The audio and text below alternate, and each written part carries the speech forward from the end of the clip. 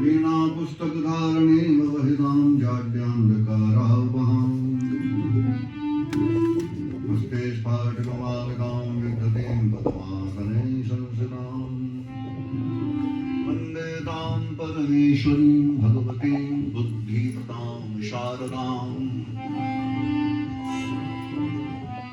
श्री राम राम रघुनंदन राम राम, श्री राम राम भरताग्रज राम राम, श्री राम राम रणकर्कश राम राम, श्री राम राम शरणं भव राम राम। लोकाभिरामं रणरंगधीरं राजीवनेत्रं रघुवंशनाथं, कारुण्यरूपं करुणाकरन्तं श्रीरामचन्द्रं शरणं प्रपद्ये। करारविन्देन पदारविन्दं मुखारविन्दे विनयेशयन्तं, वटस्थपत्रस्थपुटे पुटे शयानं बालं मुकुन्दं मनसः स्मरामि। बर्हापीडं नटवरवपुः कर्णयो करनिकारम्, प्रददासा कनककविसंवर्जयन्तीं च मालाम्। रन्ध्रानवेणोरधरहृदया भूरयङ्गोरन्दयी, वृन्दारण्यं सुपरमणं प्राविशद्गीतकीर्ति।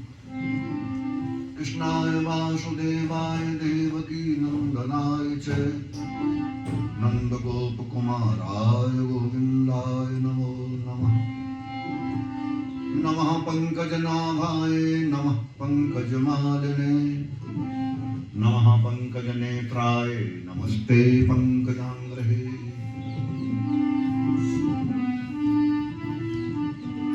मुरारी तब पद पंकज पंजरान्ते, अद्वैत में विशतु मानस राजहंसा। प्राण प्रियान समय कफवात पित्तई, कंठावरोर विधो स्मरणं कुतस्ते। श्री राम जय जय राम।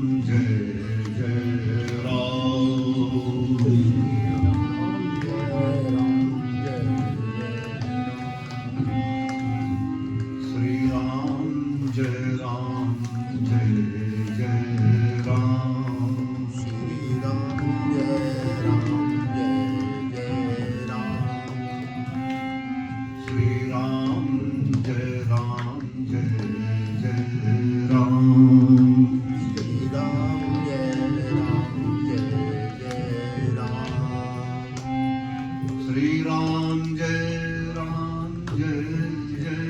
राम।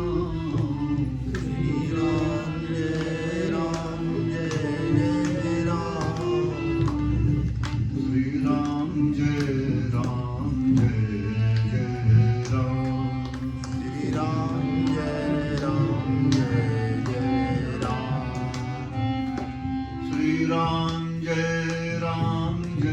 राम जय जय राम।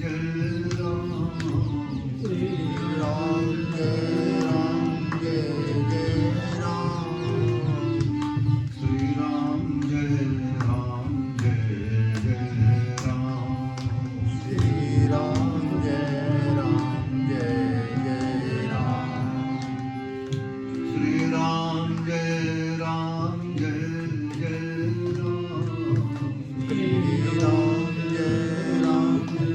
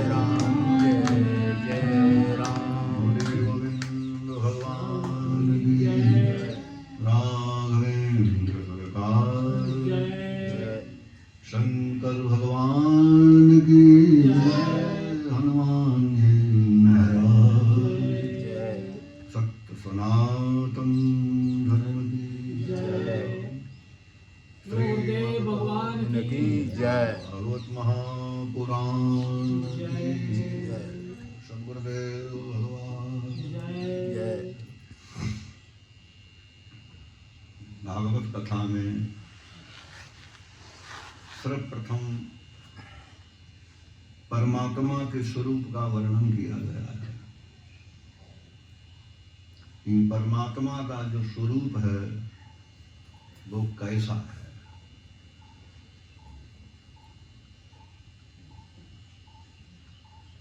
व्यास जी ने प्रथम श्लोक में वर्णन किया है। इस श्लोक को मंगलाचरण बोलते हैं। कथा के प्रारंभन में मंगलाचरण करने का विधान होता है। मंगलाचरण करने से किसी प्रकार का विघ्न पैदा नहीं होता है। जैसे अच्छे कार्यों में बहुत विघ्न भी आते हैं, बोले विघ्नों का मार्ग है। इसलिए मंगलाचरण कर लेने से सारे जो कार्य हैं वो निर्विघ्न हो जाते हैं। तो जो प्रथम श्लोक है इसे मंगलाचरण बोलते हैं। इसमें परमात्मा के स्वरूप का वर्णन किया गया है। सच्चिदानंद रूपाय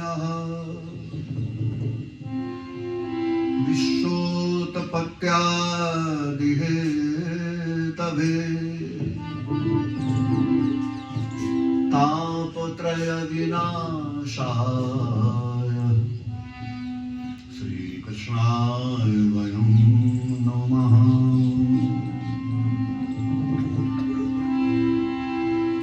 तापत्रय विनाशाय श्रीकृष्णाय वयं नमः।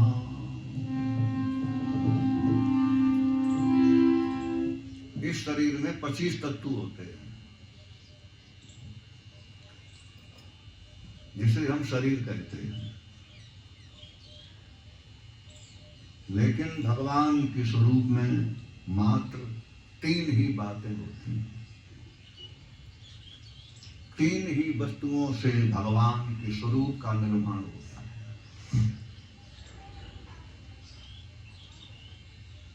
उन्हीं का शास्त्र में वर्णन है। यहाँ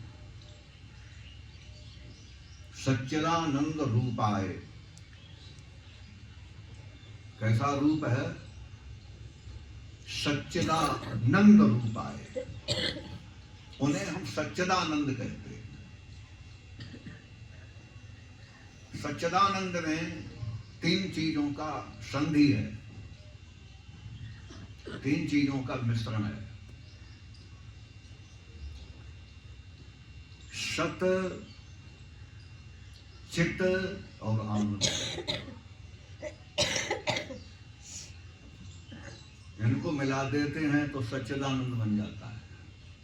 अलग अलग कर देते हैं तो होता है सत, चित और आनंद।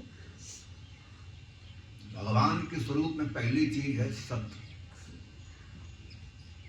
फिर है चित, फिर है आनंद।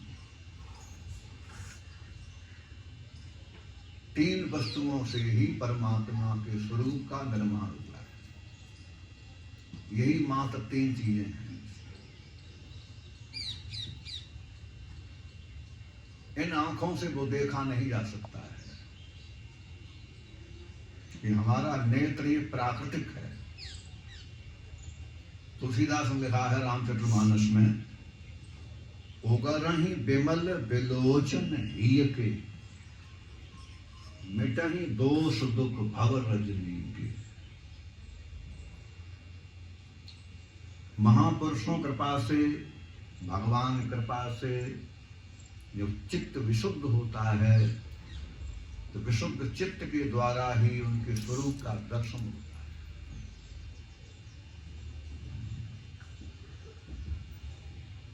वो दर्शन बहुत मनोरम होता है। हमारे भारत के संतों ने, भक्तों ने उस रूप का दर्शन किया है। जो देखा है उसी का शास्त्र में वर्णन।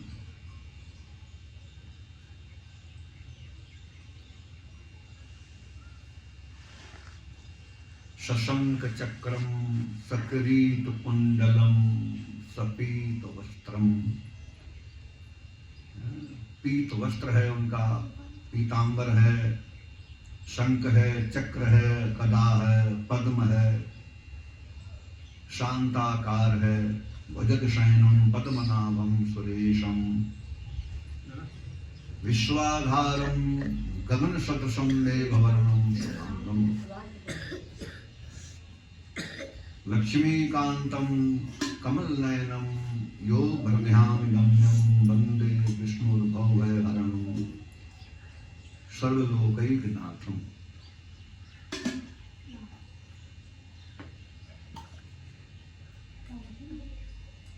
और वो विश्व की उत्पत्ति भी करते हैं, श्रृंगार भी कर देते हैं। भगवान ये संसार बनाते हैं और मन होता तब बिगाड़ भी होते। विश्वोत्पत्ति आदि हेतु, उत्पत्ति प्रलय के वो हेतु हैं। ताप त्रय विनाशाय, वे ही तीनों प्रकार के तापों को भरने वाले हैं।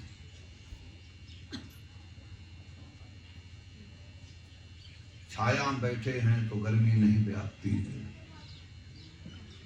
इसी प्रकार के प्रकृति के जो ताप हैं, प्रभु के सानिध्य में आने से नष्ट हो जाते हैं।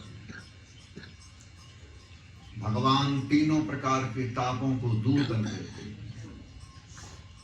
त्रय ताप से जीव परेशान रहता है। दैहिक ताप, भौतिक ताप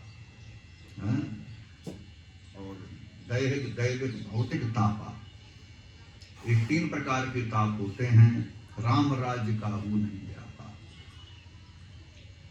केवल ये राम राज्य में किसी को नहीं व्यापते थे, वैसे ये त्रय ताप जीव को परेशान करते रहते।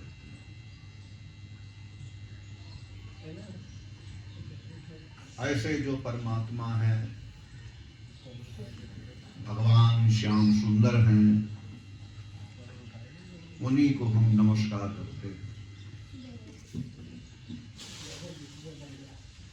ऐसे जो परमात्मा श्री कृष्ण हैं,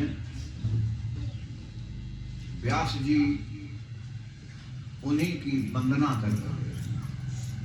वयम नमः। ऐसे भगवान के श्री चरणों में हम वंदन करते हैं, जो सच्चिदानंद रूप हैं और विश्व की उत्पत्ति करने वाले हैं, विनाश करने वाले हैं, तीनों प्रकार के तापों को भरने वाले हैं। ऐसे भगवान जो श्याम सुंदर हैं, हम उनके चरणों की वंदना कर रहे हैं। ये प्रथम श्लोक का व्याख्या है।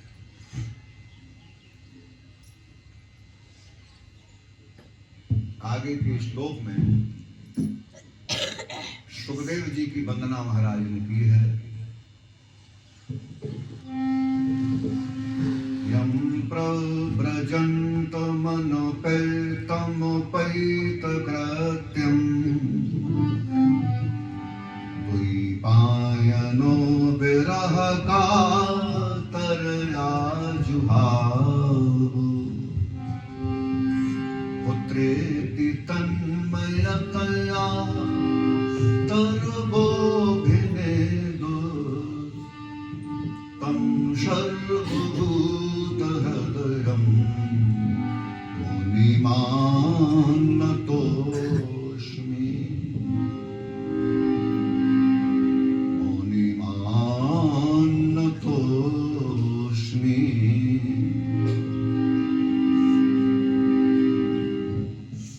सुखदेव जी की वंदना है। इस श्लोक में सुखदेव जी पैदा नहीं हुए, प्रकट हुए। हम लोग पैदा होते हैं, जो चीज पैदा होती विनाशील होती है, लेकिन सुखदेव जी का प्राकट्य लिखा है भागवत में। वो पैदा नहीं हुए, 16 साल के प्रकट हुए। जब महाराज जी प्रकट हुए, उनका स्वरूप 16 साल का था। यम प्रव्रजंत मनोपेतम पैत कृत्यम द्वैपायनो विरह कातरया जुहाव।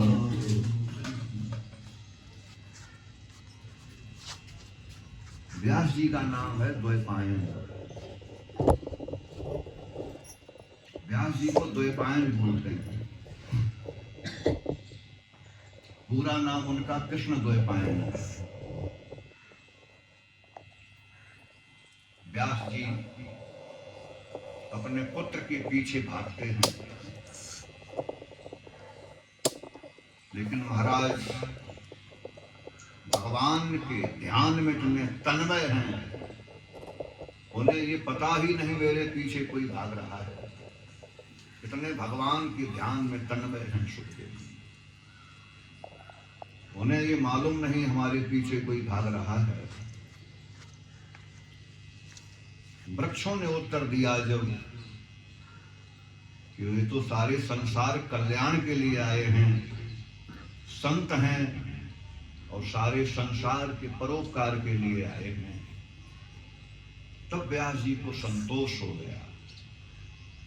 कहीं कहीं भागवत में कथा है, जब सुखदेव जी भाग रहे थे तो कुछ स्त्रियां स्नान कर रही थी।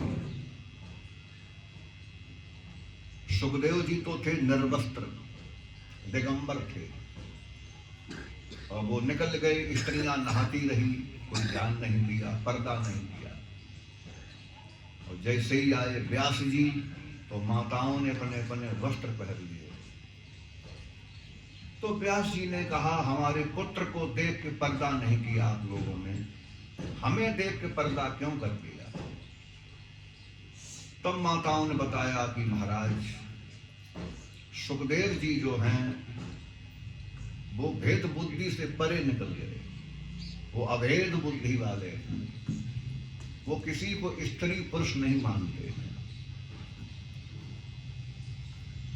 आप हमें स्त्री मान रहे हैं, अपने पुरुष मान रहे हैं, लेकिन सुखदेव जी किसी को स्त्री नहीं मानते हैं, ना पुरुष मानते हैं। भेद बुद्धि से परे हैं, वो केवल प्राणी मात्र में अपनी आत्मा का दर्शन करते हैं। सुखदेव जी प्राणी मात्र में आत्मा को देखते हैं। स्त्री पुरुष भेद बुद्धि से परे निकल गए, वो अभेद दर्शन करते हैं।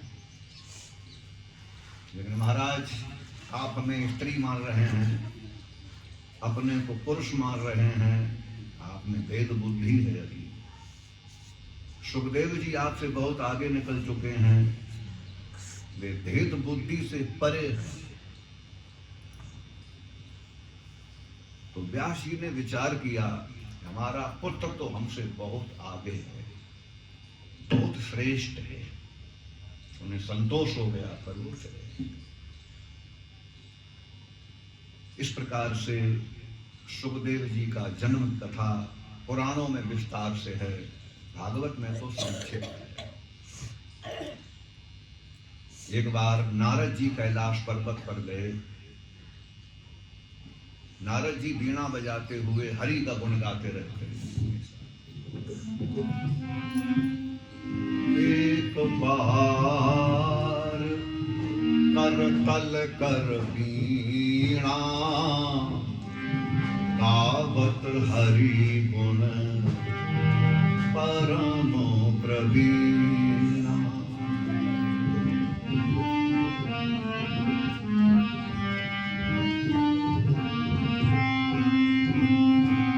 गावत हरि गुण परम प्रवीणा।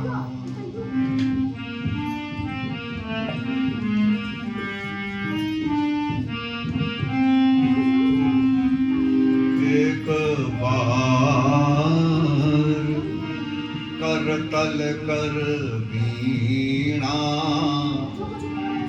गावत हरि गुण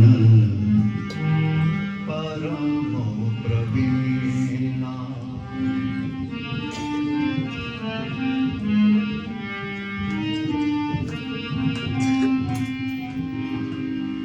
नारद जी हरि गुण गाने में बड़े प्रवीण माने जाते।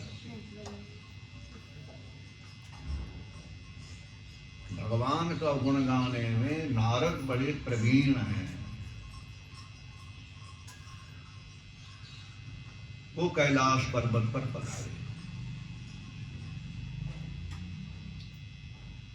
यहां भगवान शिव समाधिस्थ थे। शिवजी महाराज जो थे वो समाधिस्थ थे। पार्वती जी बैठी हुई थी। पार्वती ने कहा नारद जी आइए आइए पधारिए। पर आप कुछ उदास, आप हमें कुछ उदास लग रहे हैं। आपकी उदासी का कारण क्या है, ये बताने कृपा कीजिए। महाराज जी आप कुछ हमें उदास लग रहे हैं, आपकी उदासी का कारण क्या है ये बताइए। नारद जी ने कहा उदास हम इसलिए हैं कि इस संसार में एक महान कष्ट है। संसार में बड़ा भारी दुख है। उस दुख से कोई परे नहीं है। क्या दुख है वो?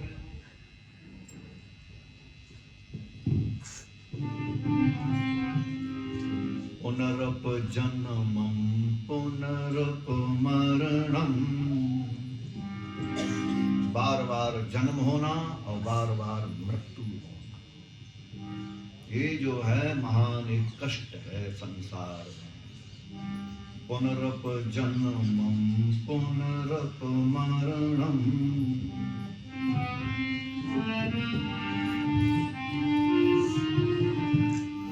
पुनरप जननी जठरे शयनम। पुनरप जननी जठरे शयनम। पुनरप जन्मम पुनरप मरणम।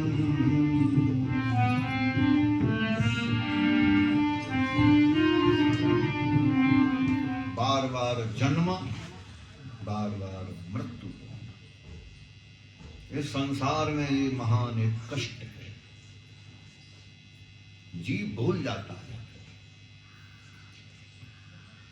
संसार में आके, फिर वो सब भूल जाता है। जबकि शास्त्रों में लिखा है जन्म लेने में मरने में जीव को असह्य दुख होता है, बहुत कष्ट होता है। जन्म लेने में भी और मरने में भी जीव को भयानक कष्ट होता है।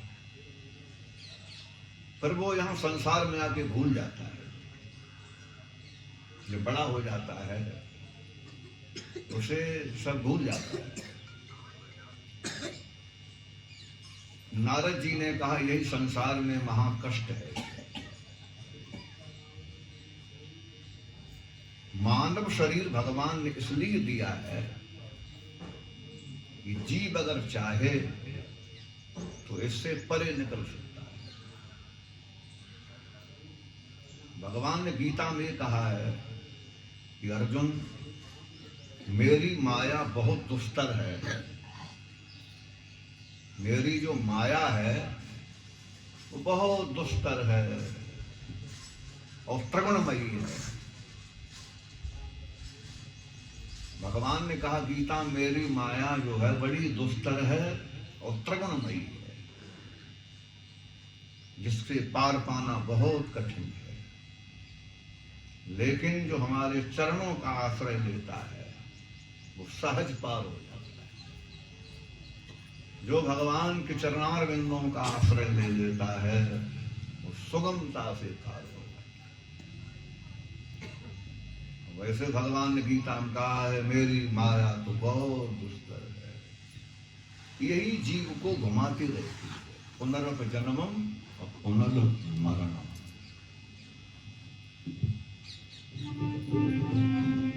यही माया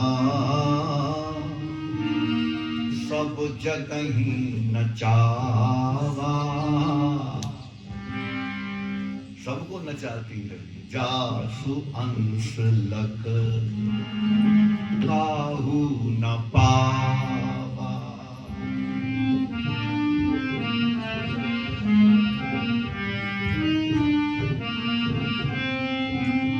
जासु अंश लख काहू न पावा।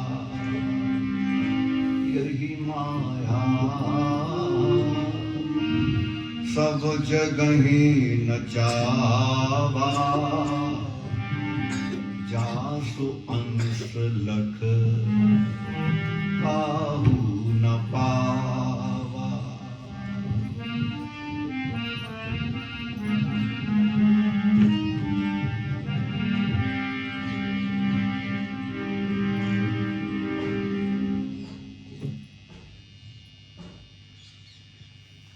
शिव जी अमर हैं, माता जी पार्वती जी शिव अमर हैं और वो अमरनाथ कहलाते हैं। इसलिए यद्यप अमरनाथ की यात्रा बहुत कठिन है, फिर भी भारतीय लोग वहां जाया करते थे, क्योंकि शिव अमरनाथ है। उन्हीं को हम लोग महाकाल कहा करते हैं। शिव जी को ही संस्कृत में महाकाल की उपाधि प्राप्त है। काल और महाकाल उन्हीं का नाम शास्त्रों में मृत्युंजय है। मृत्युंजय उसे कहते हैं जो हमें मृत्यु पर विजय दिलाए। उनका कोई जब सहारा ले लेता है तो मृत्यु से पार हो जाता है। नारद जी ने कहा पार्वती जी से कि मैं आपसे ये कहना चाहता हूं, आप भी इससे परे नहीं हैं। आपके भी अनेकों जन्म हैं, अनेकों बार मौत हुई है, आप भी इससे परे नहीं हैं। आपका भी जन्म होता है, मृत्यु भी होती है। शंकर जी इससे परे हैं, ना उनका जन्म होता है ना मृत्यु होती है। और आपके पति देव शंकर जी अमर कथा जानते हैं, लेकिन आपको कभी सुनाते नहीं है।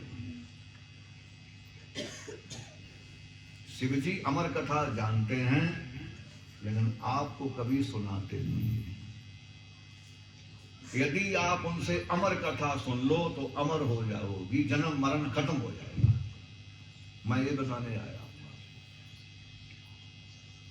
आप शिव जी से अमर कथा जरूर सुन लीजिए, पर आप भी अमर हो जाएंगी। जन्म और मरण दोनों ही खत्म हो जाए। नारद जी, आपने बहुत बढ़िया बात बताई। क्या शंकर जी अमर कथा जानते हैं? का हम यही बताने आए हैं आपको, लेकिन सुनाते पर क्यों नहीं है? दवा घर में धरी हम मर जाती। बताओ, बीमार आदमी हो, घर में दवा धरी, हमें देते ही नहीं। का यही बता दिया, हम तो जा रहे हैं। तो पार्वती ने शिव जी को जगाया समाधि से। रामो नामो शिव सुमिरन लागे, जाने उमा जगत पति जागे।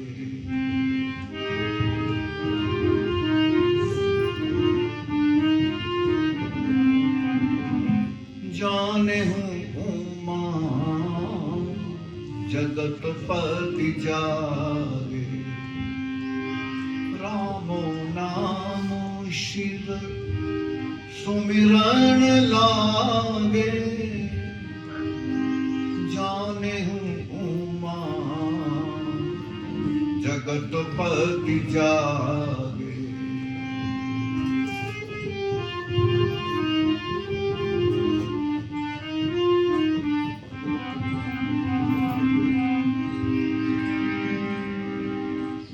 शिव जी समाधि से जगे,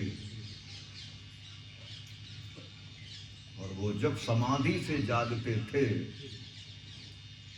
तो राम राम राम राम कहा करते थे। तब पार्वती जान जाती थी कि महाराज जब समाधि से जग रहे हैं, प्रकटित हो रहे हैं। शिव समाधि खोलते थे तो राम राम किया करते थे बड़ी जोर जोर से। लेकिन वो घंटा 2 घंटा समाधि नहीं लगाते थे, 1-2 साल की। रामचरित्र मानस में समय दिया है कि शिव जी की समाधि कितने दिन लगी रहती थी। वो लंबी पूजा करते थे। बीते संबत सहस 87 तजी समाधि शंभु अविनाशी।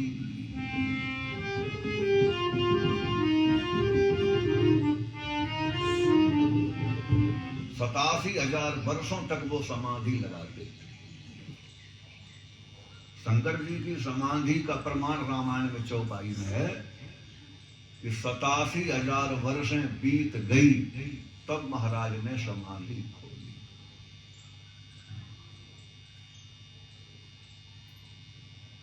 इतनी लंबी समाधि लगा लेते हैं। तो वो जगे तो राम राम राम राम किया। जाने उमा जगत पति जागे, राम नाम शिव सुमिरन लागे। सती जी ने चरणों में प्रणाम किया,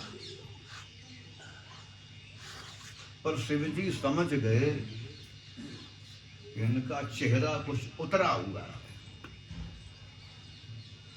इन्हें कोई कष्ट है। चेहरा सब बता देता है कि जी प्रसन्न है कि दुखित है। कहा, देवी तुम्हें मैंने इतना उदास तो कभी नहीं देखा। तुम्हारी उदासी का कारण क्या है? तुम इतनी उदास क्यों हो, ये बताओ मुझे। कहा, महाराज आपने मुझे अमर कथा क्यों नहीं सुनाई? तो मैं मर जाती हूं, आप हमें अमर कथा नहीं सुनाते। शिव जी ने कहा, वो कथा सुनाने योग्य नहीं है, मैं नहीं सुना सकता। वो कथा बड़ी गुप्त है, गोपनीय है, और सबको पता भी नहीं है। पहली बात ये बताओ, ये तुम्हें बताया किसने कि हम अमर कथा कह देते हैं? ये तुम्हें किसने बताया कि मुझे अमर कथा मालूम है? का गुरु जी आए थे। कौन गुरु? का नारद जी। अरे शंकर जी ने कई नारद करतूत है। हमारे घर में दिया धराई लगाने वाले नारद है। कोई सत्यनारायण कथा थोड़े है अमर कथा सुनाते हैं। न भागवत है न रामायण है। अमर कथा में विशेष बात ये है तो चुप्पा चुप्पा होगी नहीं, सब सुनेंगे और जो सुनेगा वो भी अमर हो जाएगा। ये विशेष बात है। अमर कथा जो सुन लेता है वो भी अमर हो जाता है। कथा तो कथा है, जब हम कहेंगे तो सब सुनेंगे और जब सब सुनेंगे तो सब अमर हो जाएंगे। और हम जब करेंगे प्रलय तो प्रलय पे लोग मरेंगे नहीं तो विधान फेल हो जाएगा। जो अमर कथा सुन लेगा प्रलय में नहीं मरेगा वो, और जब मरेगा नहीं तो विधान हमारा फेल हो जाएगा।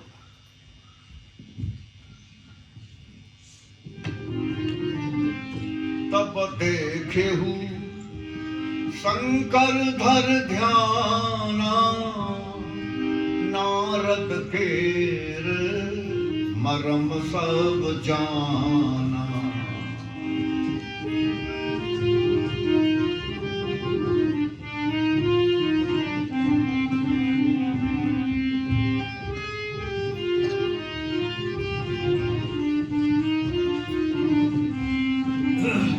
नारद केर मरम सब जाना।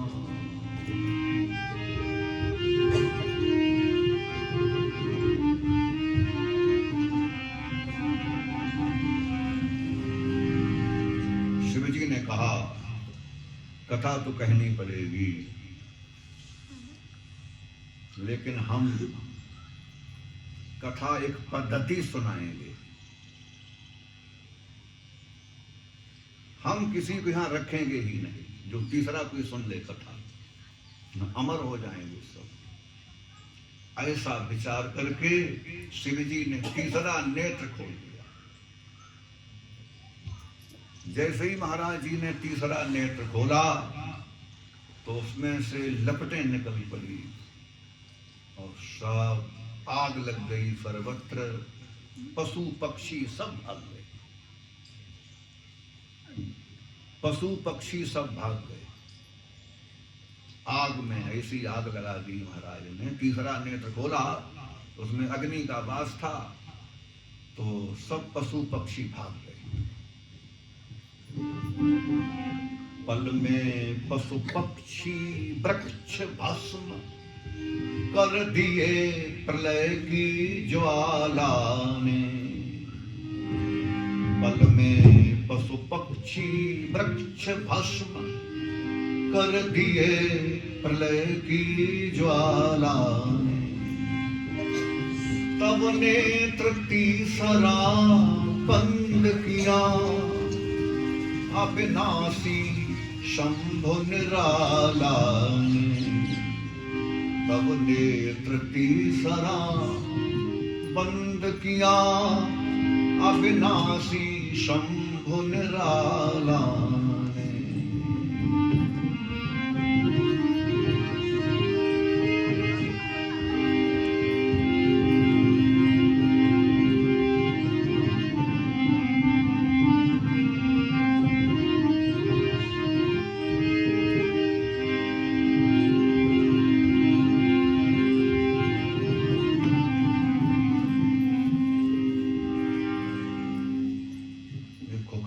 सुआ का अंडा रखा रहा है।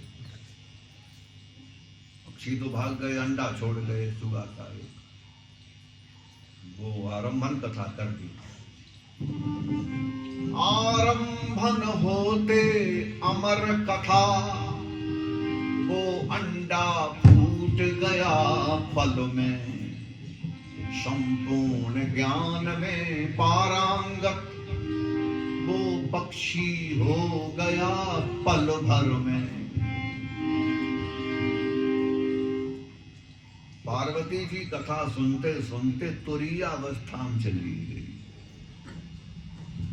इतना उन्हें आनंद मिला, वो भी समाधि लगा गई, इतने आनंद में डूब गई, आंखें बंद हो गई और ध्यान में डूब गई।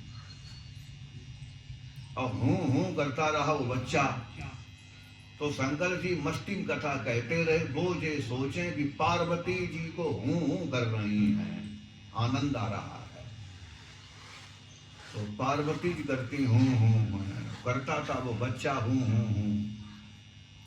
पूरी कथा कह दी महाराज जी ने। तब पार्वती ने आंखें खोली और कहा महाराज दोबारा कथा सुनाओ। शंकर जी बोले दोबारा सुनाए? सुनी नहीं कथा क्या तुमने? कहा सुनी। कहा महाराज मैं आनंद में डूब गई, समाधि लग गई। पर शिव जी ने कहा समाधि लग गई, पर हूं कौन करता रहा है? तब ध्यान लगा के देखा एक पक्षी ने कथा सुनी और वो कथा सुन के अमर हो गया है। पक्षी ने कथा सुनी, उठाया अपना त्रिशूल और उसका संहार कर दो। वो अमर कथा सुनने का अधिकारी नहीं है, जाओ उसका संहार कर दो। तो त्रिशूल बड़ी तेज दौड़ा,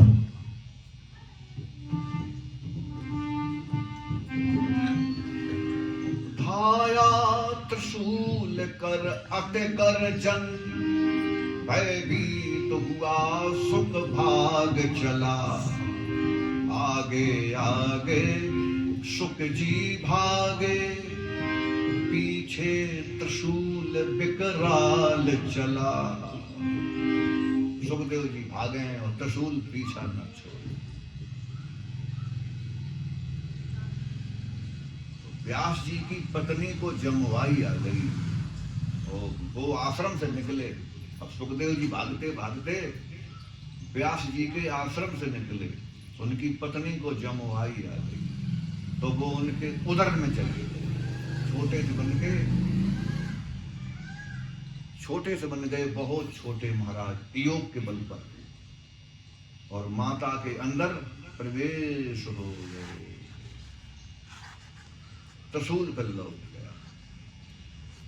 एक कथा पुराणों में सुखदेव जी के जन्म की है, भागवत में नहीं।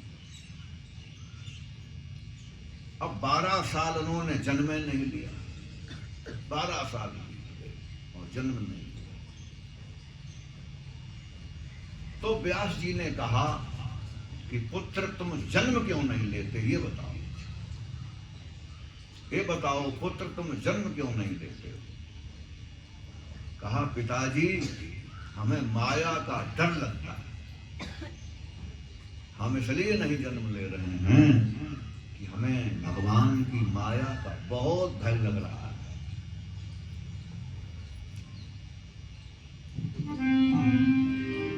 भूमि परत भावर पानी, जिम जी बही माया लपटानी।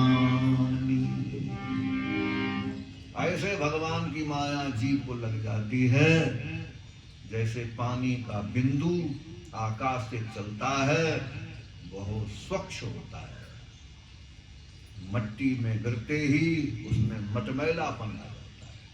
ऐसे भगवान की माया बड़ी प्रबल है, ऐसे माया लग जाती है। जिम जी वही माया लपटानी,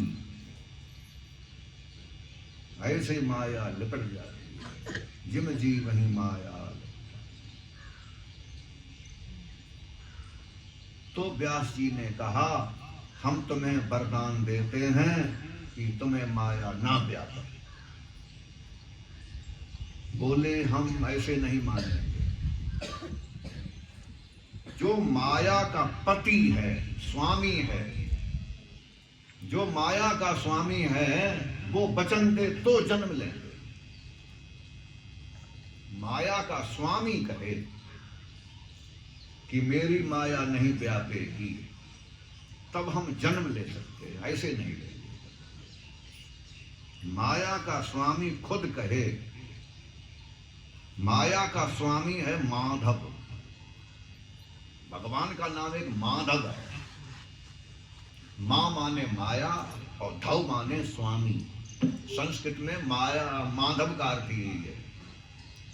मां माने माया और धव माने माया का पति, स्वामी। तो भगवान प्रकट हो गए और प्रभु ने कहा, भाई तुम जन्म ले लो, हमारा वरदान है, मेरी माया तुम्हें नहीं व्यापे। हम वचन दे रहे हैं, मेरी माया तुम्हें ना व्यापे, अब तुम बेटा जन्म ले लो। जब भगवान ने वचन दे दिया तो महाराज 16 साल के प्रकट हुए। भागवत में लिखा पैदा नहीं हुए, प्रकट हुए। फिर वो चले गए, फिर लौट के नहीं आए। एकदम उनके पिताजी उन्हें बराबर पुकारते रहे, पीछे पीछे दौड़े काफी, पर वो लौट के नहीं आए। फिर चले गए, वो भगवान के ध्यान में डूब गए। ये कथा पौराणिक है, भागवत में तो नहीं है, पौराणिक कथा है। ऐसे ऐसे सुखदेव जी का जन्म हुआ। आगे कथा महाराज बता रहे हैं। एक बार नैमिषार में 88,000 महात्मा रहते थे। जो जगह नैमिषार है, इसमें 88,000 ऋषि निवास करते थे। नैमिषार में कलयुग नहीं व्यापता है। ये कथा देवी भागवत में आई है। नीमसार के बारे में कथा देवी भागवत में है। जैसे भागवत है, जैसे देवी भागवत हो रहा है, उसमें सब देवी जी की महिमा है। एक बार सभी महात्मा ब्रह्मा जी के पास गए। कथा देवी भागवत में ऐसे आई है कि सभी ऋषि मुनि ब्रह्मा जी के पास गए। ब्रह्मा जी से प्रार्थना की कि महाराज अब तो सर्वत्र कलयुग व्याप गया है, कोई आप ऐसी जगह बताओ जहां कलयुग ना व्यापे, जो सबसे शुद्ध जगह हो दुनिया में, कोई ऐसी जगह आप बताओ, वहीं हम लोग निवास करें। जहां जाओ तहां कलयुग है महाराज, ऐसी कोई जगह आप बताइए जहां कलयुग का प्रभाव ना हो। ब्रह्मा जी ने एक लोहे के चक्र को छोड़ा, महात्माओं से कहा इसके पीछे पीछे जाओ। ये चक्र अपने आप जहां गिर पड़े वहीं निवास करना, चक्र के पीछे पीछे चलते रहना, और जब ये चक्र अपने आप गिर पड़े बस वहीं निवास करना। वो जगह दुनिया में सर्वश्रेष्ठ होगी, वहीं आप लोग निवास करना, और वो जगह संसार में सर्वश्रेष्ठ होगी।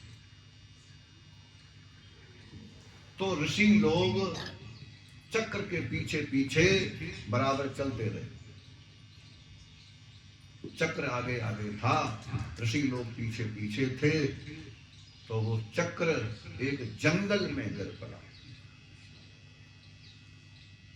बड़ा भारी जंगल था एक, उसमें वो चक्र गिर पड़ा। ऊपर से नीचे गिरा तो नईम हो गया। जब बहुत ऊपर से नीचे गिरा ना तो नईम माने झुक गया, कुछ टेढ़ा हो गया।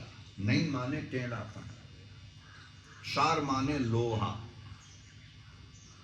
उसी जगह का नाम पर नईम सार पड़ गया। जहां वो चक्र गिरा उसी जगह को फिर नईम सार कहा जाता। उसी को हम लोग नईम सार बोलते। जो नीम सार गए हैं वहां चक्रकुंड आ जाओ है। नीम सार में जो जाते हैं चक्रकुंड में नहाया करते हैं, तो वहां पर चक्रकुंड आज भी विद्यमान है, उसमें स्नान किया जाता है। तो इस प्रकार ये कथा देवी भागवत में है। यहाँ 88,000 महात्मा निवास करते थे किसी समय पर।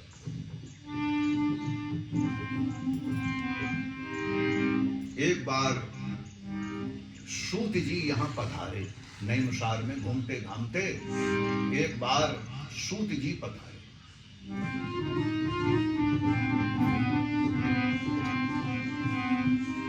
तो महात्माओं ने उनकी पूजा की,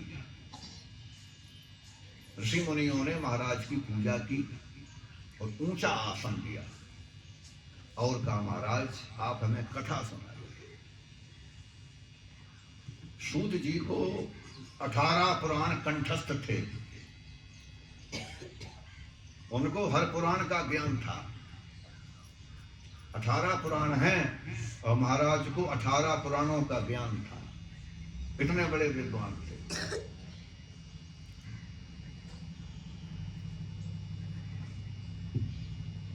ऋषि मुनियों ने प्रार्थना की कि महाराज हम आपके मुखारविंद से कथा सुनना चाहें।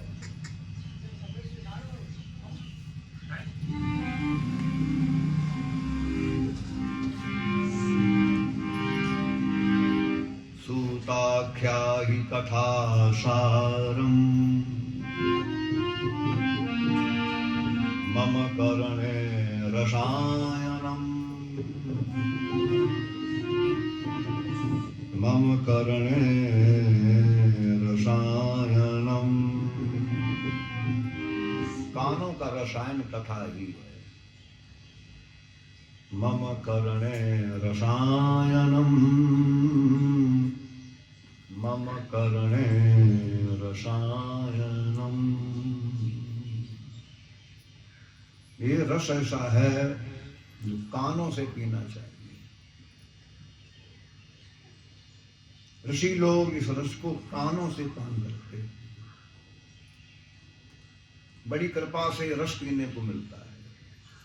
जब जन्मों जन्मों का पुण्योदय होता है तब जीव को कथा सुनने को मिलता है।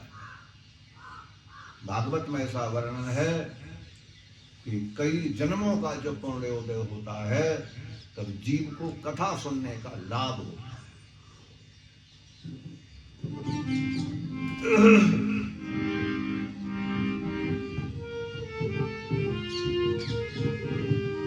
जब तक भगवत की कृपा नहीं तब तक मिलता सत्संग नहीं। जब तक कृपा न हो, पुण्योदय न हो, यदि हो जाए सत्संग सुलभ तो रह सकता दुख द्वंद नहीं।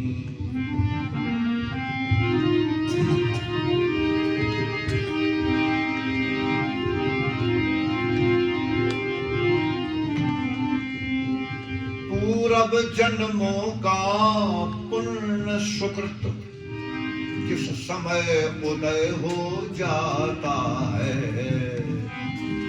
बस तब ही उस प्राणी को सत्संग सुलभ हो जाता है।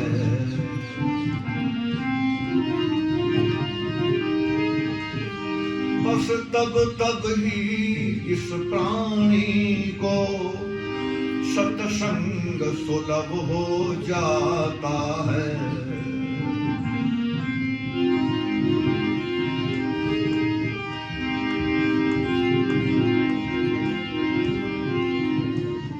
जब कई जन्मों का पुण्योदय हो जाता है, हरि कृपा करते हैं, तदा भागवतम लभेत, तब उसे भागवत का सुनने का लाभ प्राप्त।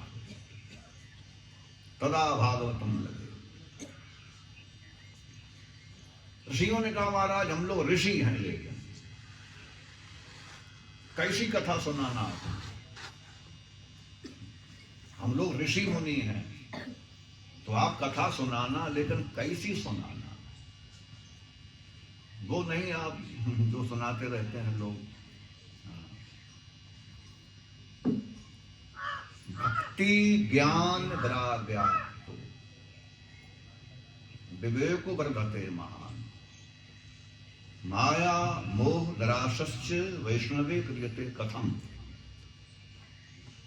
इतने लक्षण हो वही कथा होती है। संस्कृत में ये कहा ऋषियों ने है,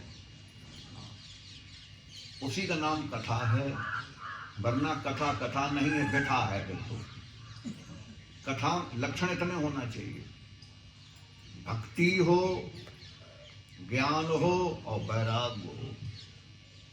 कहीं कहीं भागवतम भक्ति का वर्णन किया जाए बीच बीच में, कहीं कहीं ज्ञान का वर्णन हो, कहीं कहीं वैराग्य का वर्णन हो, और फिर विवेक का वर्धन हो। ऐसी कथा सुनना चाहिए, सुनाना चाहिए, सुनना चाहिए। क्रियते कथम, ऋषि मुनि ऐसी कथा सुनते हैं, इसमें बीच बीच में भक्ति का वर्णन हो, कहीं कहीं ज्ञान का वर्णन हो, कहीं कहीं वैराग्य का वर्णन हो, उससे विवेक का वर्धन हो, माया मोह निराशस्य, माया मोह दूर हो जाए। ऐसी कथा सुनना चाहिए जिससे जीव का माया मोह दूर हो जाए। माया मोह निराशस्य, जीव का मन माया मोह से दूर हो जाए। ऐसी कथा सुनाओ महाराज। ऋषि लोग प्रार्थना कर रहे हैं महाराज जी से कि आप हमें ऐसी कथा सुनाएं, क्योंकि महाराज इस कलकाल में बड़े बड़े साधन तो लोप हो गए हैं। ये कलकाल है महाराज, और इस कलकाल में बड़े बड़े साधन तो लोप हो गए। केवल भगवान कथा ही सुगम मार्ग है, और नाम। दो ही मार्ग बचे हैं इस कलकाल में, हरि कथा और हरि नाम। यही बड़े सुगम मार्ग हैं। नाम को जिह्वा से पियो और कथा को कानों से पान करो। यही दो मार्ग बड़े सुगम हैं इस कलकाल में, और तो बड़े बड़े साधन लोप हो गए हैं, हरि नाम और हर कथा।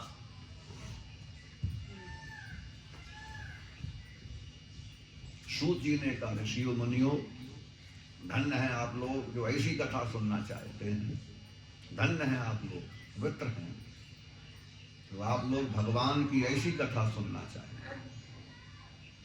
पर ऋषियों, जो हम कथा सुनाएंगे कि बहुत दुर्लभ है संसार। कथा जो सुनाने हम जा रहे हैं कि बहुत दुर्लभ है, सुलभ नहीं तो नहीं है, बहुत दुर्लभ।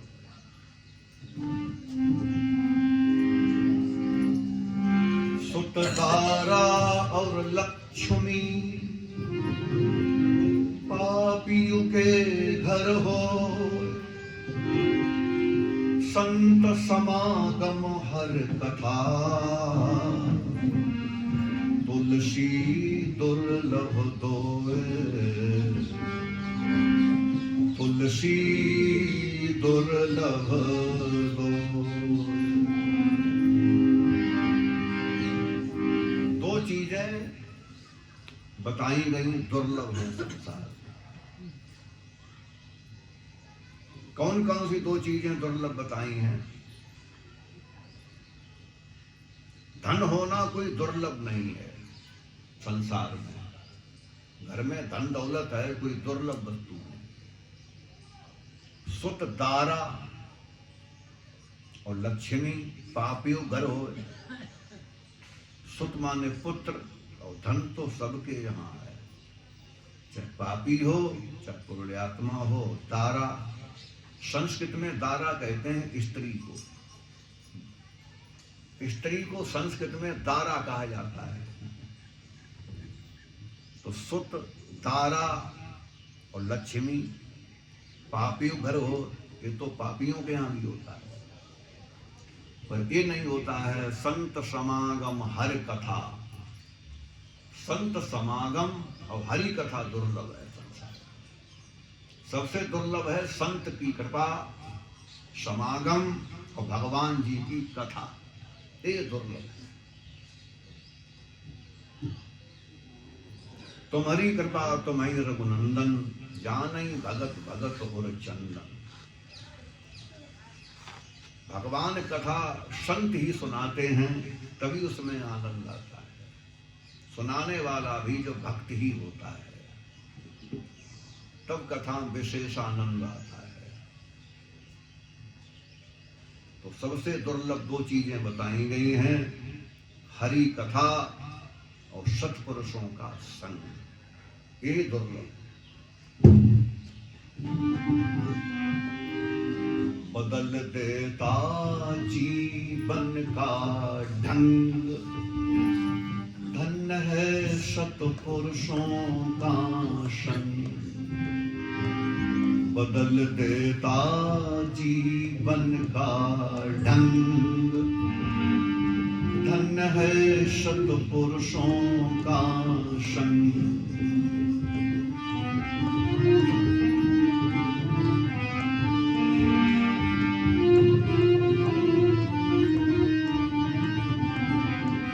धन्य है सत्पुरुषों का संग।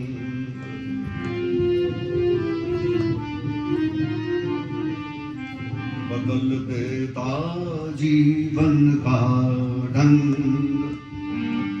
धन्य है सत्पुरुषों का संग।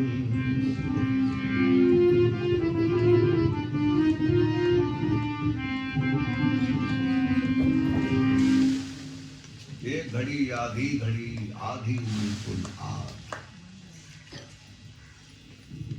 एक घड़ी भी मिल जाए सत्संग, आधी घड़ी भी मिल जाए। एक घड़ी आधी घड़ी, आधी बिल्कुल आध। एक बार वशिष्ठ जी विश्वामित्र के पास गए।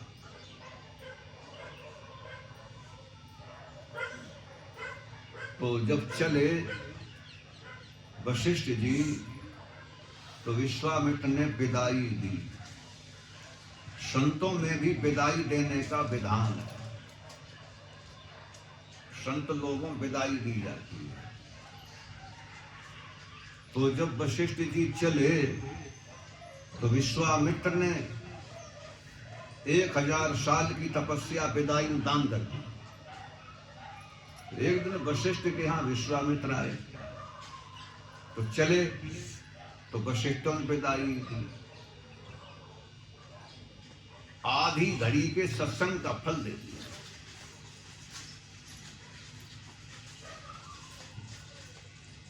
वशिष्ठ ने आधी घड़ी के सत्संग का फल दे दिया। और विश्वामित्र ने 1000 साल तपस्या दान कर दी। तो विश्वामित्र के मन में आया, कम आएगी तो विदाई इन्होंने बहुत थोड़ी दी, आधी घड़ी के सत्संग का फल दिया। तो वशिष्ठ ने कहा, विश्वामित्र जी चलो भगवान से ये पूछेंगे कि 1000 वर्ष की तपस्या ज्यादा है कि आधी घड़ी के सत्संग का फल ज्यादा है। चलो भगवान से पूछते हैं। भगवान के पास गए। भगवान ने मन में सोचा, संतों के चक्कर में मत पड़ो, टाल दिया। भगवान बोले, हमारे भक्त बुला रहे हमें, तो महाराज हम आप के पास आके पूछने चाहते थे। प्रभु ने कहा, वो तो सब ठीक है, पर हमारे भक्त हमें याद कर रहे, हमें वहां जाना है।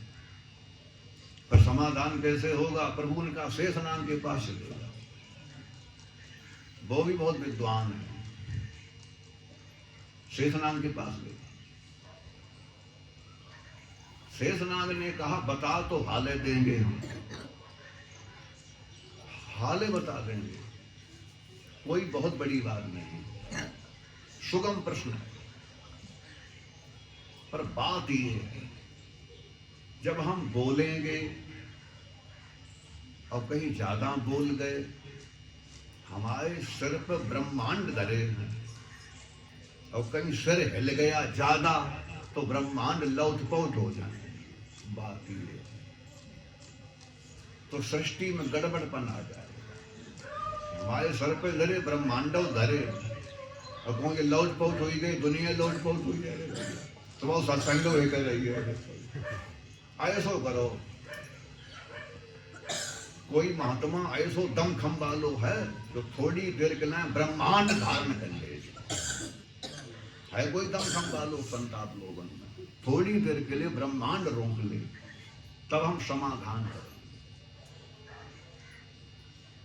तो विश्वामित्र ने कहा हमने जिंदगी में जितनी तपस्या की हो सब लगा दी, ब्रह्मांड रुक जाए। रोका तो रुके नहीं। वशिष्ठ ने कहा हमने ज्यादा तपस्या नहीं की है, सत्संग किया है। हम कोई थोड़ी देर का सत्संग का फल लगा रहे हैं। ब्रह्मांड रुक जाए तो ब्रह्मांड गए रुक। और शेषनाग चुप्पा बैठे, बोले ही नहीं कुछ। तो विश्वामित्र बोले बोलो। शेषनाग बोले का बोले, तुम्हारी का ये लौकी फूटी है। और का बोल का ये लौकी फूटी। थोड़ी देर का सत्संग का फल ही ज्यादा होता है तपस्या से। तुम्हारी तपस्या से ब्रह्मांड नहीं रुके। वशिष्ठ ने रोक लिए सत्संग के फल से। तो ये कथा ये सिद्ध करती है कि महापुरुषों का थोड़ी देर का भी जो सत्संग है वो हजारों साल की तपस्या से बड़ा है। तो सूत जी कहते हैं ऋषियों, जो हम कथा सुनाने जा रहे हैं ये बहुत दुर्लभ है। सुत दारा और लक्ष्मी पापियों के घर होए, संत समागम हरि कथा तुलसी दुर्लभ। सूत जी ने कहा ऋषियों, एक बार नारद जी ने तीर्थ यात्रा की। एक बार की बात है कि नारद जी सभी तीर्थों में गए। नारद ने तीर्थ यात्रा की और वो सभी तीर्थों में गए। बहुत से तीर्थ हैं अपने भारत में, तो महाराज जी सभी तीर्थों में गए। कुछ के नाम भागवत में आए भी हैं। हरिक्षेत्रम कुरुक्षेत्रम श्रीरंगम सेतु बंधनम।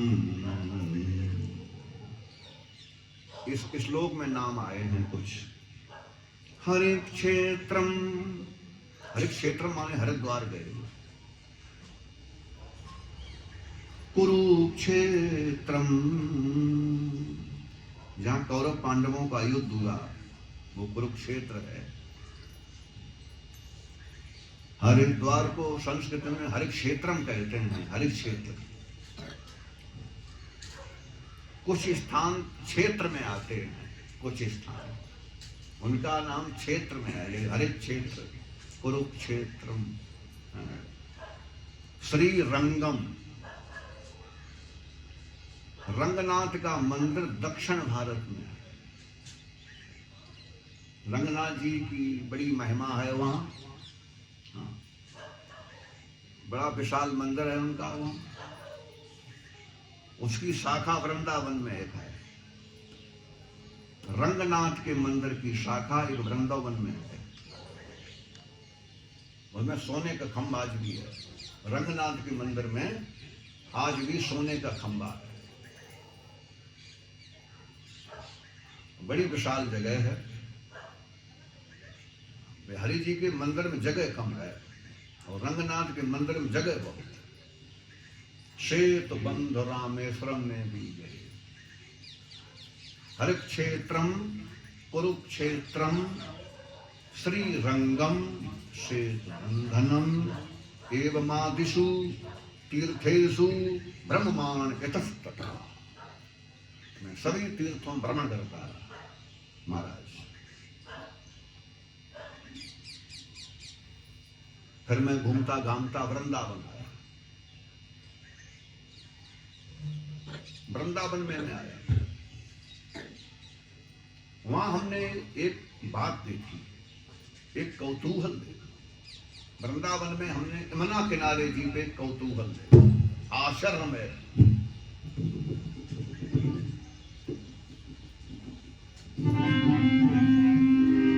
वृंदावन धाम जपे जा राधे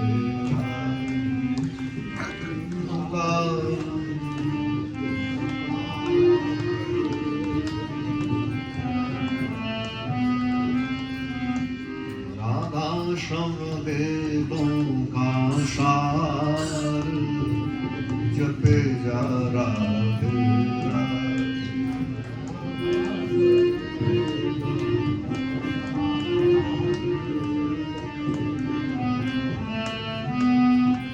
जपे जा राधे राधे जपे जा राधे राधे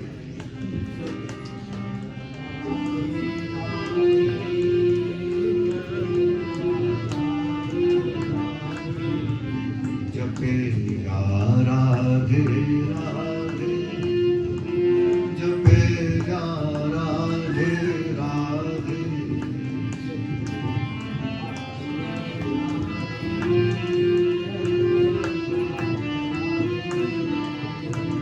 राधा सब वेदों का सार जपे जा राधे राधे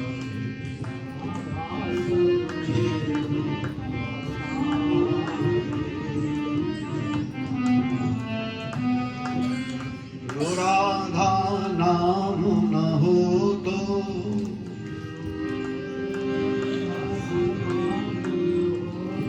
रसराज विचारो रो तो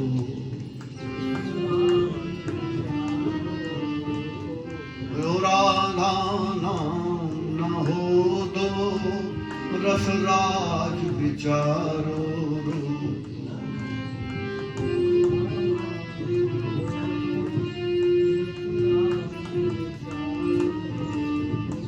नहीं हो तो कृष्ण अवतार जपे जा राधे राधे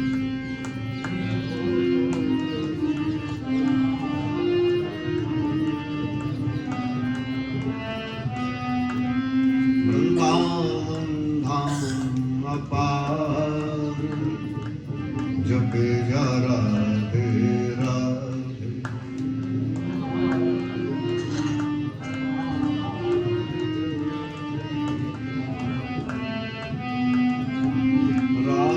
सब वेदों का सार जपे जा राधे राधे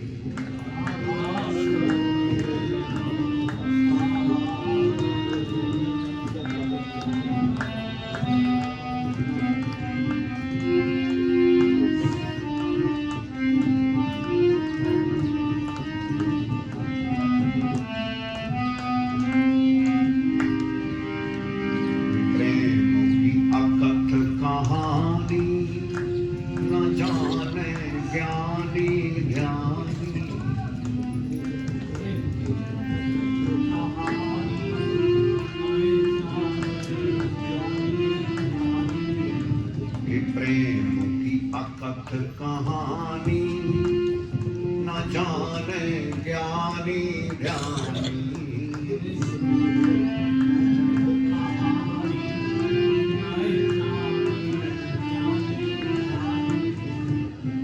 जाने ब्रज की नारी जपे जा राधे राधे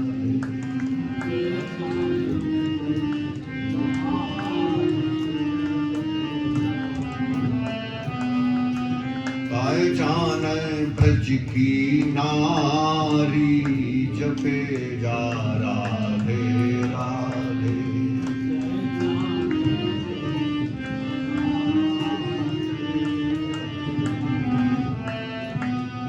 वृंदावन रास रचायो शिव गोपी रूप बनायो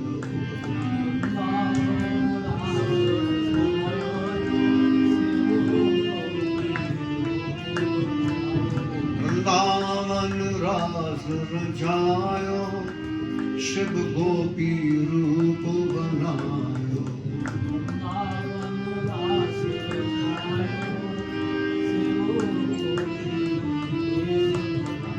बंसी कियो बिहार जपे जा राधे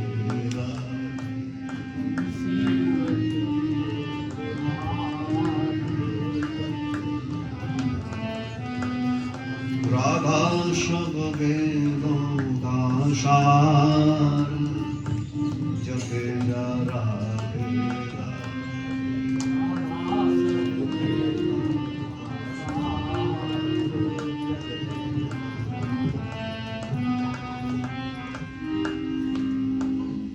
महाराज वृंदावन में आए और यमुना किनारे पर जब वो आए तो उन्होंने देखा कि दो बुढ़े पुरुष लेटे हुए,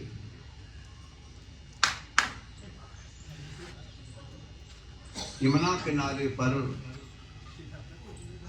दो बहुत बुढ़े जो पुरुष हैं वो लेटे हुए।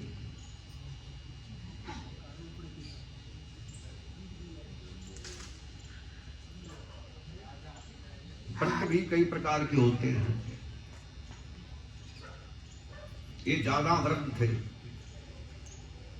व्रत तो कई प्रकार के होते हैं ना, तो ये ज्यादा ही व्रत थे।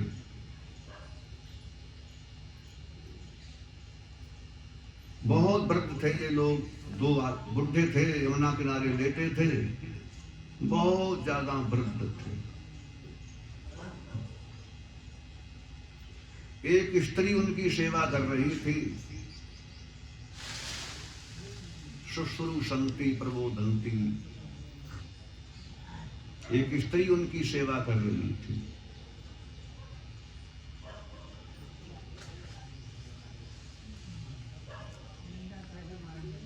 तो शुश्रूषन्ति प्रबोधन्ति,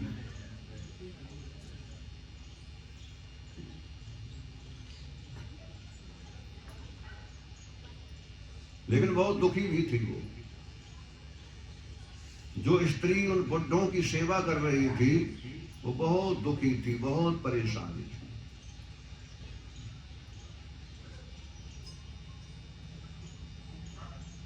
नारद जी स्त्री को देखा,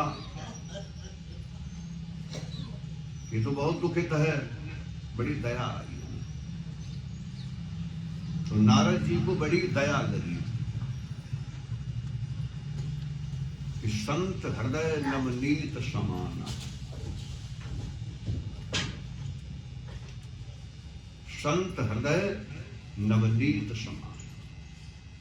संतों का हृदय बहुत कोमल होता है।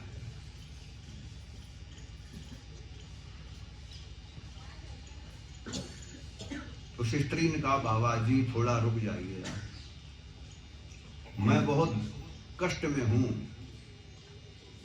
इसलिए मेरी प्रार्थना है आपसे थोड़ा रुक जाइएगा, मैं आपसे कुछ बात करना चाहती हूं। तो नारद जी रुक गए। परमार्थ के कारण संतन धरा शरीर, वृक्ष कबहु नहीं फल भखें, नदी न संचय नीर। परमार्थ के कारण संतन धरा शरीर।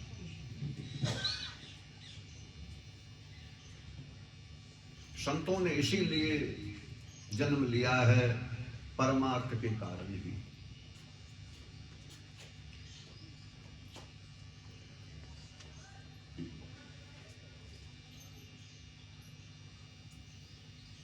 स्त्री से पूछा, तुम कौन हो देवी, और ये कौन पुरुष हैं जो इतने दुखी, बुढ़ापन है,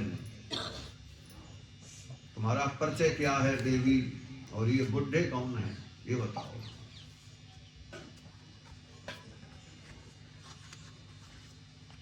स्त्री ने कहा, महाराज हमारा नाम तो भक्ति देवी है, मैं भगवान को प्यारी लगती हूँ, हमारा ही नाम भक्ति देवी है। तो बुढ़े कौन है? का ज्ञान वैराग इनके नाम है। ज्ञान वैराग भक्ति के पुत्र हैं। तो वही भक्ति जो भगवान को प्यारी है, जो भगवान से मिलाती है। जिस भक्ति का रामायण में वर्णन है,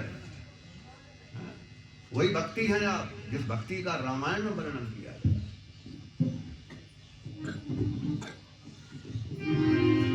रामो भगत मणि और बस जाके, दुख लबुले सना सपने ताके, दुख लबुले सना सपने ताके, रामो भगती चिंतामणि सुंदर, बस करुण जाके और अंतर।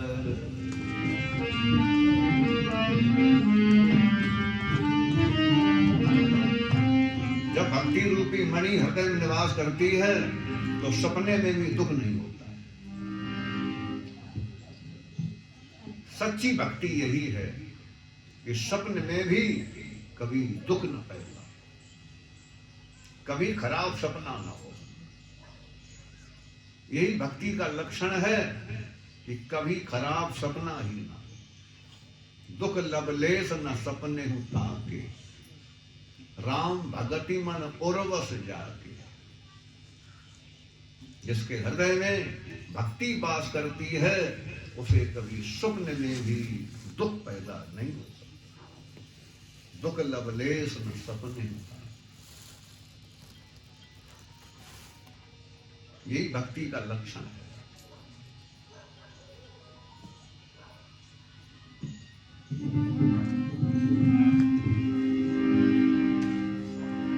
चतुर शिरोमणि ते जग माही, चतुर शिरो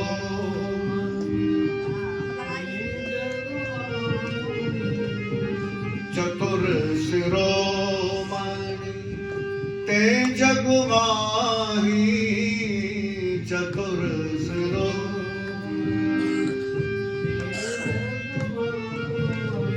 जे मणि लाग सो यतन कराही,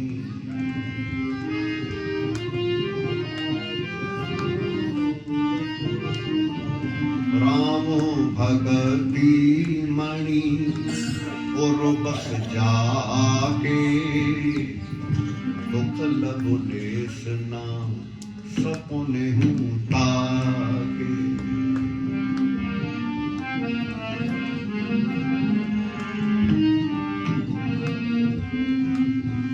आप चाहते हैं हमें स्वप्न में भी दुख ना हो, तो भक्ति रूपी मणि को पाने का प्रयास करना चाहिए।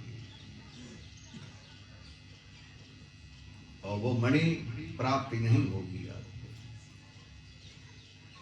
जहां ऐसी मणि मिलती है, हीरा जवाहरात दुकान है हीरा जवाहरात की, और आप धनिया मिर्चा भगवान से क्यों मांगते रहते हो? दुकान है मणि की, हीरा जवाहरात की, और लोग भगवान से मांगते हैं धनिया मिर्चा। ये धनिया मिर्चा है, संसार की चीजें भगवान से मांगना। दुकान ऐसी मणि देने वाली है ये, और मांगते हैं भगवान से धनिया मिर्चा।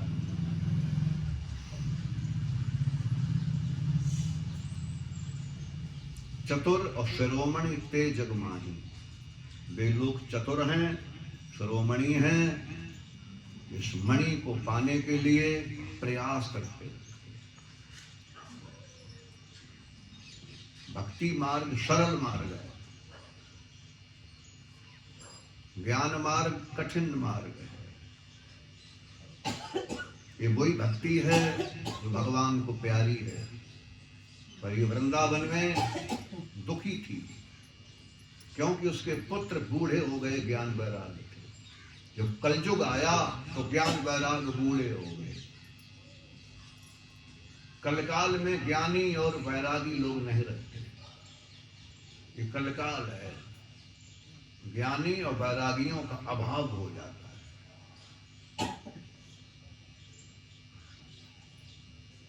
और भक्ति रूपी मणि भी लोग पाना कम चाहते हैं। भक्ति माँ है, ज्ञान वैराग उसके पुत्र हैं। कि वृंदावन में ज्ञान वैराग लेटे हुए थे, उनकी माँ भक्ति बहुत दुखी थी, क्योंकि वो 16 साल की थी। भागवत में लिखा भक्ति जवान थी। वैसे ये लिखा है भागवत में कि जब कलयुग आया तो ज्ञान वैराग भक्ति तीनों बूढ़े हो गए। लेकिन जब वृंदावन में ये लोग आ गए किसी प्रकार, तो भक्ति तो 16 साल की हो गई। ज्ञान वैराग बुढ़े के बुढ़े ही बने। कि वृंदावन में भक्ति की निवास है। यार जिस गली में आप निकलो सब राधे राधे करते मिलेंगे। आप वृंदावन में जिस गली से आप निकल जाओ सब राधे ही राधे करते मिलेंगे आपको। जो रिक्शा चलाते हैं, रिक्शा, वो भी राधे ही राधे बोला करते हैं। ये नहीं कहेंगे हटो हटो, वो कहेंगे राधे भाई राधे राधे। भक्ति का वास वृंदावन में।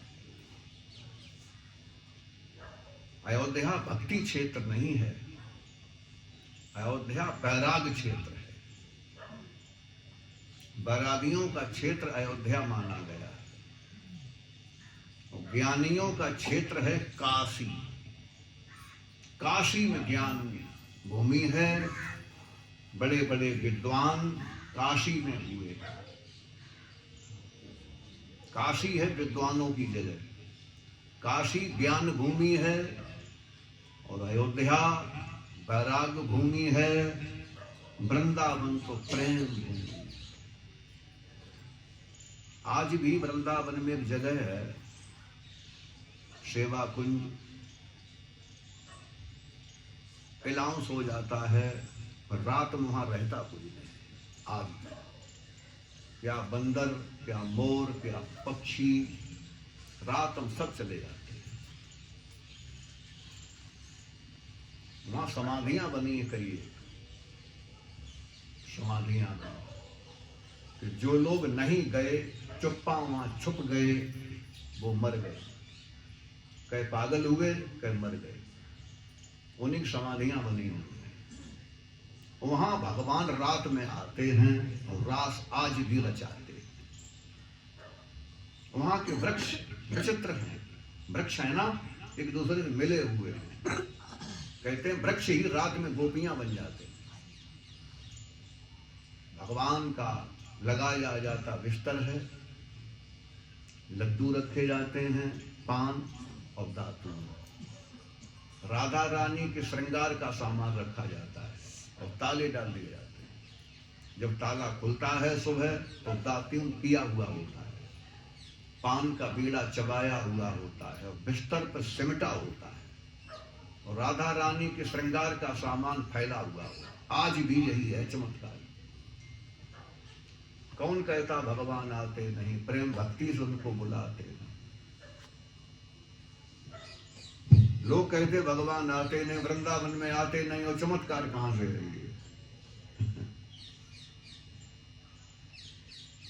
जगन्नाथपुरी में क्या होता है, 7 हांडी रखी जाती है जिनमें चावल है।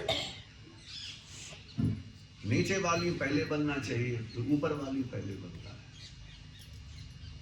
डेली झंडा लगाया जाता है जगन्नाथ जी का।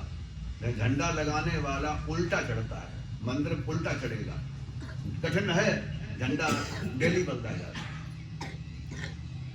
नीचे वाली हांडी में चावल पहले बनना चाहिए, ऊपर वाली पहले। वहां का महाप्रसाद चावल है। एकादशी को चावले तो भगवान का भोग लगता है। वहां भी भगवान का नित्य वास है।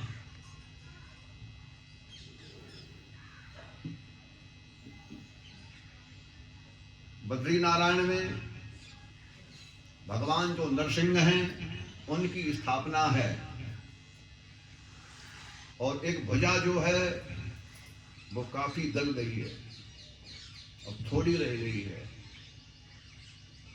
शास्त्र ये कहते हैं भक्तजन जब ये भुजा नहीं रहेगी तो नर नारायण के जो पर्वत हैं आपस में मिल जाएंगे, फिर बद्री नारायण धाम खत्म हो जाएगा, पर वहां कोई नहीं जा पाएगा। अब थोड़ी भुजा रह गई नरसिंह जी की, थोड़ी सी।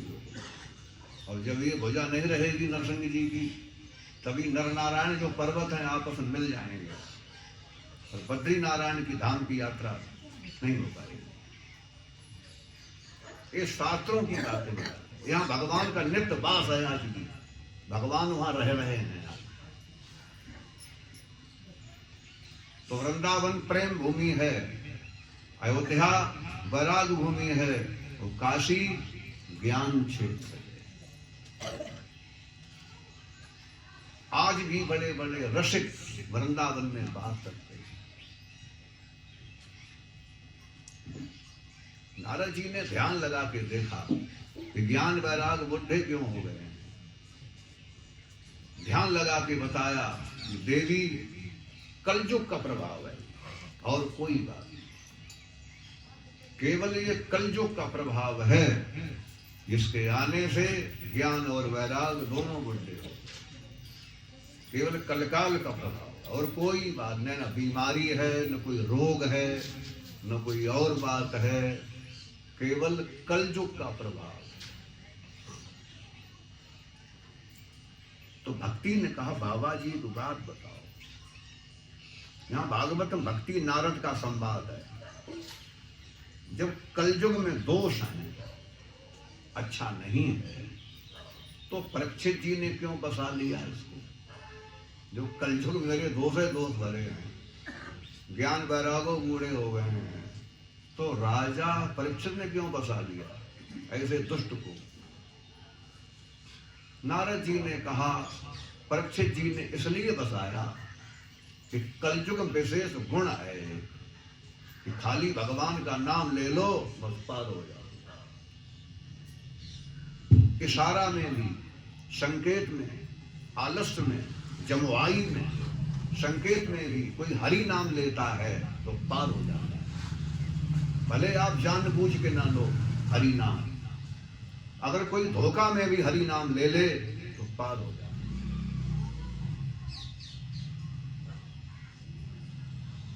इसलिए परीक्षित जी ने इसे बताया कि देखा गुण है इसमें विशेष, गिरते हुए, लड़खड़ाते हुए, इशारा में भी, संकेत में भी कोई हरि नाम ले